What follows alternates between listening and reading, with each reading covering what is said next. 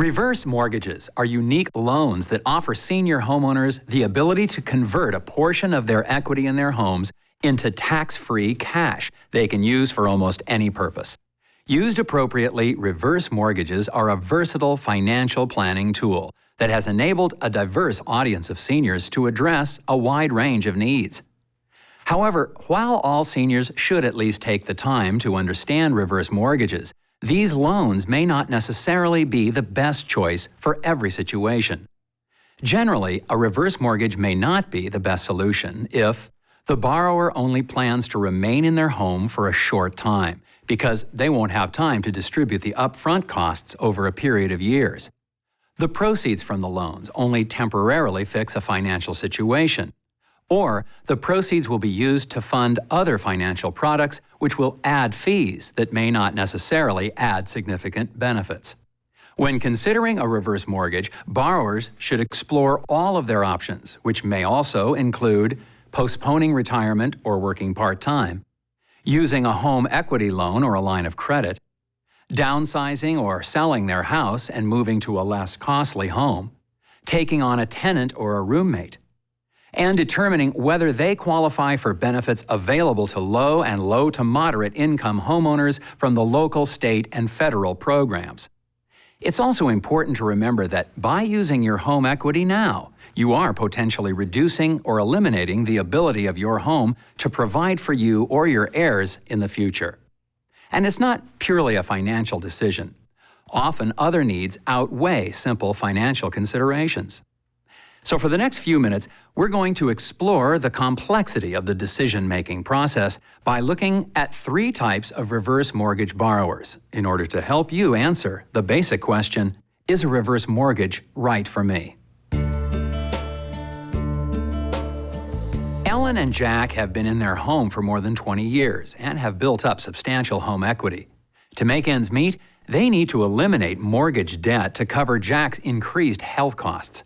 However, their home will need costly repairs to qualify for the reverse mortgage. These repairs will use up much of their proceeds, leaving only a small monthly income or line of credit. Ellen and Jack's decision involves a combination of emotional and financial considerations. They wish to remain in their home and make it more comfortable for senior living, continue living near their children, pay off their existing mortgage and free up income to pay for medical expenses. Jack and Ellen may be able to meet their long-term goals by selling their house and moving to a less expensive home. However, this strategy would only address their financial needs. While a reverse mortgage may provide less total cash over the long term, it would enable them to meet their primary needs. Joan is suffering from deteriorating health and needs full-time care. If Joan outlives her doctor's prognosis, she'll need to move to a nursing facility within the next 24 months. This is emotionally and financially devastating. Her current retirement savings cannot cover the cost of full-time care. Since Joan wouldn't be able to spread the costs of a reverse mortgage over a period of years, generally Joan would be considered a poor candidate for a reverse mortgage.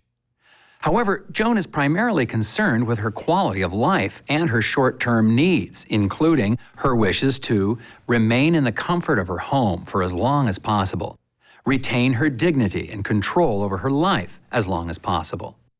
Here, a reverse mortgage may enable Joan to pay for a full-time in-home care and extend her ability to remain in her home.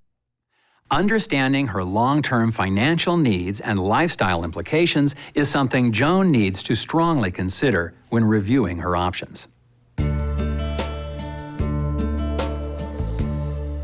Dorothy, a widow, has adequate monthly income from her savings and her late husband's pension, but is concerned about her ability to keep up with living expenses over the long term.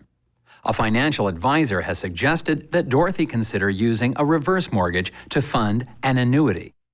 Dorothy would not have to pay anything out of pocket, and the annuity would provide a monthly income for the rest of her life. While this scenario may sound attractive, it would likely not be a sound financial decision for Dorothy. Such transactions often add significant fees, limit access to the money, especially for deferred annuities, and provide almost no additional benefits. Dorothy may be a good candidate for a reverse mortgage, but generally speaking, financial freedom and most advocacy groups such as AARP discourage funding financial products such as annuities with a reverse mortgage. These examples are intended to illustrate the range of issues confronting every borrower when evaluating the use of a reverse mortgage.